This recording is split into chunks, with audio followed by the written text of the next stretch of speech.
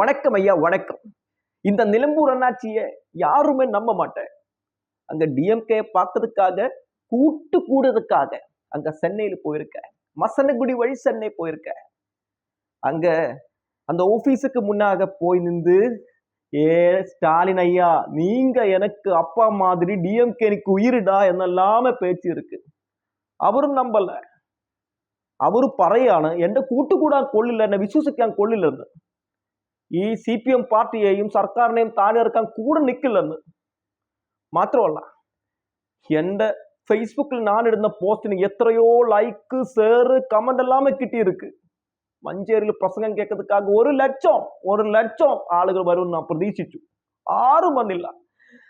This is rang Zuckerberg, this is rang. Facebook എന്നെ തേച്ചാச்சு.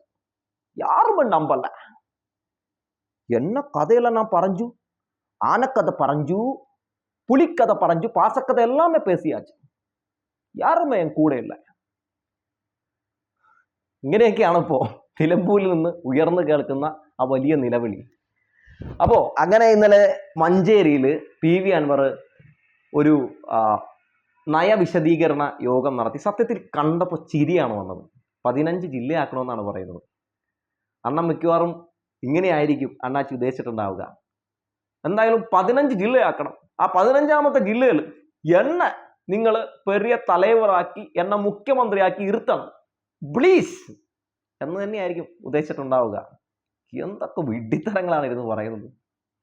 മാത്രമല്ല, അതിലുടനീളം ആന ഇറങ്ങുന്നതിനും അതുപോലെ തന്നെ ഈ പറയുന്ന പോലെ പുലി ഇറങ്ങുന്നതിനും ഒക്കെ ഉള്ള കാരണങ്ങൾ, അവർക്ക് കുടിക്കാൻ വെള്ളമില്ല, ഭക്ഷണമില്ല കാട്ടിലെന്നൊക്കെ പറഞ്ഞ് എന്തൊക്കെ കഥയാണ് അൻവർക്ക് എന്നല്ല വെച്ച് കീച്ചിയത്. 2 മണിക്കൂർ അവിടെ വന്നിരുന്ന ആളുകളെ മുഴുവൻ വിഡ്ഢികളാക്കി എന്നതാണ് എടുത്തു പറയേണ്ടത്.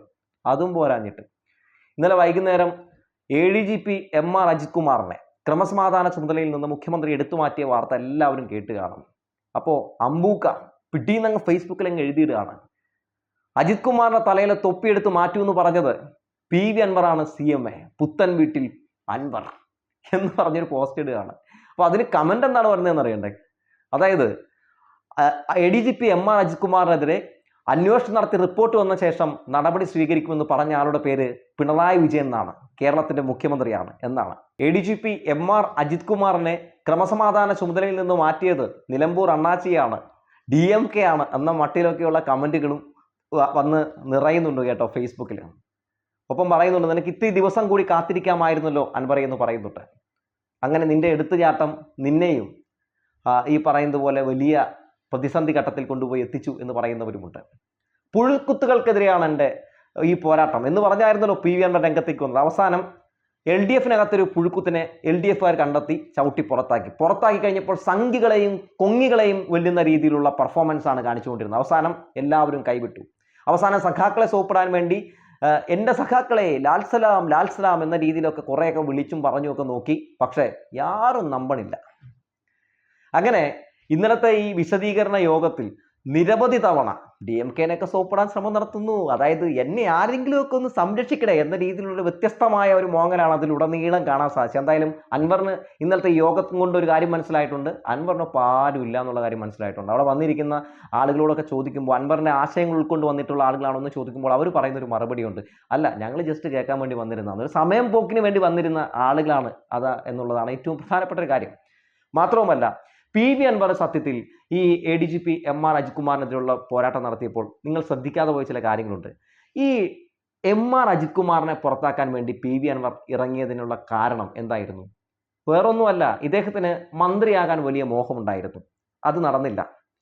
എന്തായാലും ഈ പാർട്ടി മന്ത്രിയാക്കില്ല എന്ന കാര്യത്തിൽ നന്നായിട്ട് അറിയാം. കാരണം ഇദ്ദേഹത്തിന്റെ സ്വഭാവം നന്നായി തന്നെ ഈ പാർട്ടിക്കും സർക്കാരിനും ഒക്കെ മനസ്സിലായിട്ടുണ്ട്. അപ്പോൾ പിന്നെ എന്താണ് ചെയ്യേണ്ടത്? ഈ ഇടതുപക്ഷ ജനാധിപത്യ മുന്നണിയിൽ നിന്ന് പുറത്തിയാടാനുള്ള എന്തെങ്കിലും മാർഗങ്ങൾ കണ്ടെത്തുക. അതിന് കണ്ടെത്തിയ മാർഗമാണ് ഈ MR അജിത് കുമാറും മറ്റുള്ള സംഘങ്ങളും ഒക്കെ പൊളിറ്റിക്കൽ സെക്രട്ടറി P ശശിക്കെതിരെയൊക്കെ ഉന്നയിച്ച ആരോപണങ്ങൾ.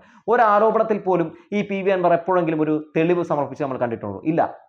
കണ്ട സ്വർണ്ണക്കള്ളക്കടത്തുകാരുടെയൊക്കെ പല വീഡിയോ ഒക്കെ എടുത്ത് ടെലികാസ്റ്റ് ചെയ്തൊക്കെ നമ്മൾ കണ്ടിട്ടുണ്ട്. പക്ഷേ ഒരു തെളിവുമില്ലാതെ കണ്ട കള്ളന്മാരുടെയും കൊള്ളക്കാരുടെയും ഒക്കെ മാത്രം ബൈറ്റ് കാണിച്ച് ജനങ്ങളെ തെറ്റിദ്ധരിപ്പിക്കുകയായിരുന്നു.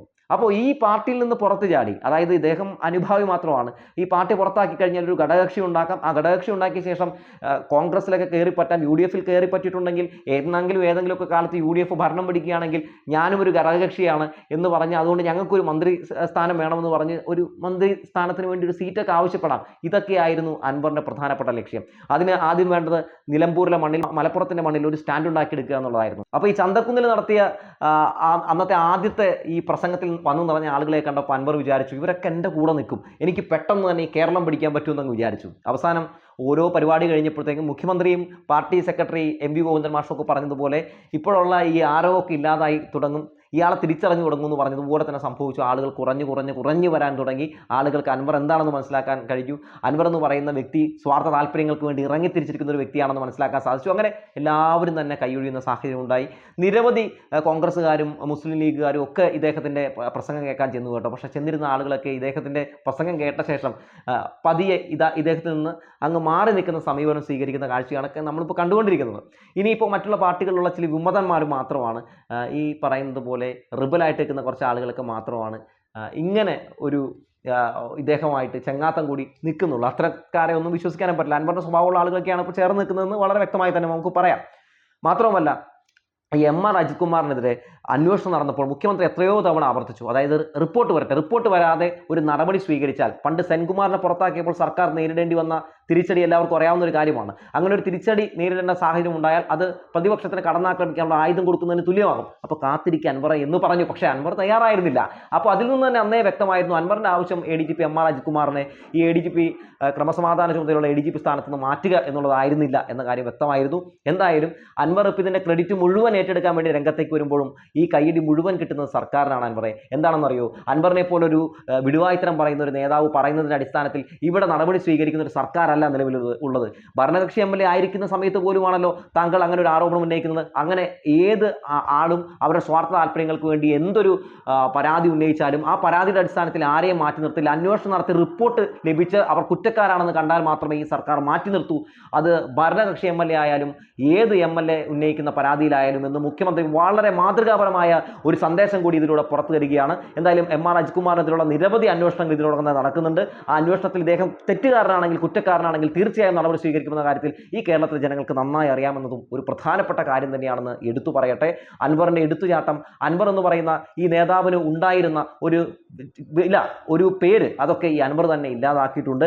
അൻവർ എന്ന് പറയുന്ന ഈ നേതാവ് PC ജോർജിനും അപ്പുറം പോകുന്ന കാഴ്ചയാണ് നമ്മൾ കണ്ടത്. എന്തായാലും PV അൻവർ കുഴിച്ച കുഴിയിൽ PV അൻവർ തന്നെ വീണു എന്ന് പറഞ്ഞു വെച്ചുകൊണ്ട് നിർത്തുകയാണ്.